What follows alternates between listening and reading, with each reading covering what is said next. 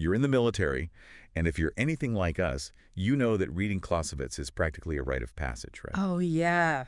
His ideas on war, even centuries later, are still studied and debated. By the best of the best. Exactly. And today, we're taking a deep dive with you into a chapter of his book, On War, that you might not expect. Yeah, it's not one that makes all the headlines, is it? Definitely not. We're looking at Book 5, Chapter 9, Camps. Camps. You heard right, camps. It sounds, it sounds deceptively simple, right? Right. But as with most things Clausewitz, there's a lot more to it than meets the eye. We're going to uncover how a chapter written about 19th century armies and their tents can actually help us understand the challenges of modern warfare. I love it. So if you're prepping for a deployment or just curious about military history, buckle up. This is going to be a fascinating ride. To really grasp the significance of what Clausewitz is saying here, we need to rewind the clock a bit, back to the time when he was writing. Back then, armies practically lived in tents when they weren't on the move or engaged in battle. It was the norm. It's a fourfold setting. Yeah. It's such a foreign concept to us now. Why all the tents? Right. Was it just a matter of convenience, or was there something more to it? Well, I think you have to think about the context of warfare in Clausewitz's time. Armies were smaller, less mobile, and battles, while certainly brutal, weren't waged with the same frequency or decisiveness as they were later on. Right. Campaigns could drag on for years, and armies had to be practically self-sufficient, carrying everything they needed. This slower pace, this almost, dare I say, gentlemanly approach to warfare, made tents a practical necessity. Okay, I see what you mean. It's like comparing a leisurely stroll to an all-out sprint, right? Right. You have the luxury of setting up camp when the pace of war is more like a slow march. Precisely. But then comes the shift. Okay.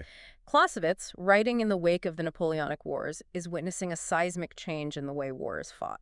Armies are becoming more mobile, more aggressive, and firepower is increasing dramatically. Tents, once a staple of military life, are suddenly seen as cumbersome, a hindrance to this new tempo of operations. So it's out with the tents and in with, well, what exactly? What fills the void when armies are constantly on the move? That's the million-dollar question, isn't it? And Clausewitz, ever the pragmatist, doesn't shy away from the potential downsides of this shift. He acknowledges the advantages of mobility and firepower, but also points out the toll this takes on the troops. Without the relative comfort and protection of camps, soldiers are exposed to the elements, to fatigue, to disease. It's interesting that he picks up on this because you can easily see how a military leader, caught up in the heat of battle, might overlook the less glamorous side of these changes. He's essentially saying, hey, this speed and aggression, they come at a cost. Absolutely. And it wasn't just about the soldiers themselves. Remember, this is the 19th century. We're talking about a time before the Geneva Conventions, before the clear-cut distinctions between combatants and civilians that we, at least ideally, try to adhere to today.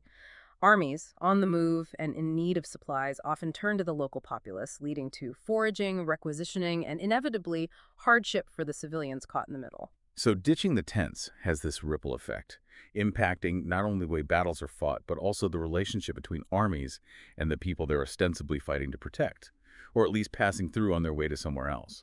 It's a complicated picture, and Clausewitz doesn't pretend to have all the answers.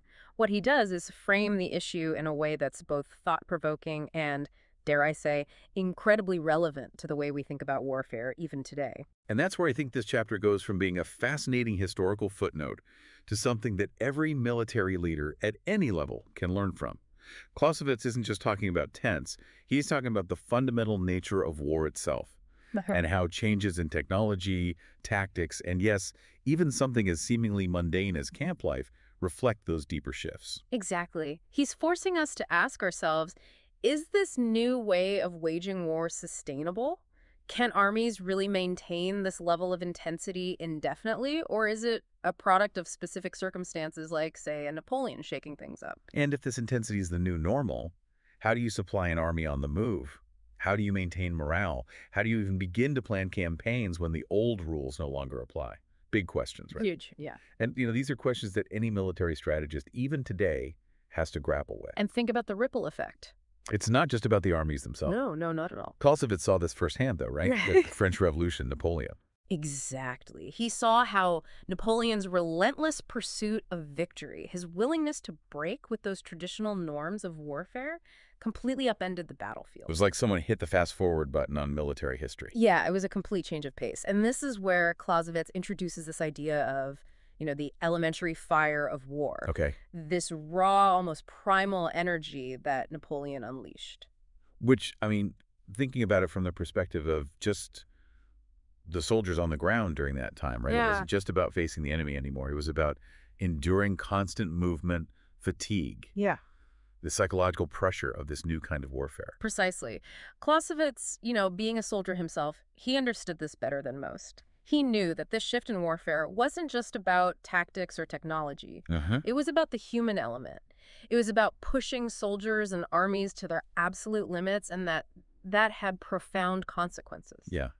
And he brings it all back to this idea of camps, right? Or rather, the lack thereof. Yeah. He's basically saying that if this breakneck pace of warfare is the future, then everything we thought we knew about logistics, troop welfare, even the relationship between armies and civilians needs to be reevaluated. Absolutely. And this is where Clausewitz's genius, I think, really shines through. He's not just describing a change. Right. He's forcing us to ask ourselves the tough questions, like, what concessions are we willing to make in the name of mobility and firepower? Is it worth sacrificing the well-being of our soldiers for a tactical advantage? Can we maintain this level of intensity indefinitely, or will it ultimately lead to exhaustion and defeat? These are questions that feel just as relevant in the 21st century, I think, as they did in Clausewitz's time, right? I mean, we're still grappling with the trade-offs between speed, firepower, and the human cost of war. And that's what makes On War such an enduring work. I mean, the technology of war, yeah, that'll change. Right. But the fundamental nature of war, the human element, that remains constant. So how do we connect these centuries-old observations about, tents and camps to the realities of modern warfare? Well, think about it this way, right? Clausewitz couldn't have imagined drone warfare or cyber attacks. Right. But his insights about the need to adapt to the changing nature of war, about balancing mobility with protection, about considering the human costs in every decision, these are timeless. So even though the tools of warfare have evolved, the fundamental questions Clausewitz raises are still relevant. Absolutely. In many ways, they're more relevant than ever. It's like he's handing us this set of lenses, right? Yeah. To view these complexities of warfare no matter the era. Exactly. And he's saying, look, the tools of war, they'll change, right? Right. Cannons to drones, muskets to cyber warfare, you name it. But the essence of war, the constant push and pull between those opposing forces, the fog of uncertainty that human cost these things endure. Which brings us to, I think, like the crux of his argument in this chapter, right? When he says, permanent arrangements for an army must, therefore, be based only upon that nature of war. Right.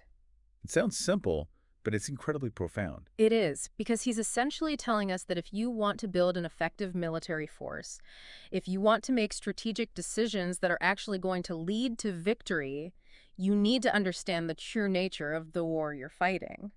And that understanding, that deep, almost philosophical grasp of what war really is, should dictate everything: how you train, how you equip, how you deploy, and how you support your troops. It's like he's saying, like, don't just get caught up in the day-to-day logistics, Right. the tactical maneuvering on the battlefield. Like, Yeah. step back, look at the bigger picture, and ask yourself, like, what kind of war am I preparing for?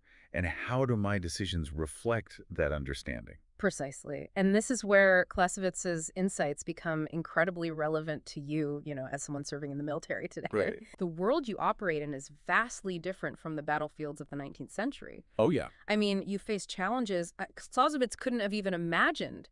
Hybrid conflicts, information warfare, the constant pressure to achieve your objectives while minimizing collateral damage. It's like that tent dilemma Clausewitz talked about has taken on new dimensions, Totally. The need for that mobility and agility is still paramount. But so too is the need to protect troops from these unseen enemies, to adapt to constantly shifting political landscapes, to wage war in a way that minimizes harm to civilians and infrastructure. And let's not forget the psychological toll of modern warfare. I mean, the constant threat of terrorism, the prolonged deployments, the separation from loved ones. I mean, these factors weigh heavily on today's soldiers, just as the hardships of camp life, or lack thereof, weighed on soldiers in Clausewitz's time. Absolutely. So what does this all mean for someone on the ground, like putting these ideas into action? Well, I think it means asking those tough questions that Clausewitz forces us to confront, right? What concessions are we making in the name of progress, of technological advancement? How do we balance the need for speed and agility with the well-being of our troops, both physically and mentally? How do we maintain our humanity, our moral compass in the face of unimaginable brutality? It's about, I think, finding that balance, Oh, right, wow. between adapting to the ever-changing nature of war while holding on to those core values that should guide our actions. Absolutely. And that's what makes this chapter and On War as a whole such a timeless and essential read for anyone who's involved in military affairs. It's not about providing easy answers. It's not about prescribing these rigid doctrines. It's about equipping us with the intellectual tools to navigate the complexities of war, whatever form it may take. So as you continue your service, remember Clausewitz's wisdom. Understand the nature of the war you're fighting, ask the tough questions, and never stop learning and adapting. Because in the end, it's not just about winning battles. It's about building a more peaceful and secure future. Well said. And on that note, we'll wrap up this deep dive into Clausewitz. Until next time, keep asking those challenging questions. And thanks for listening.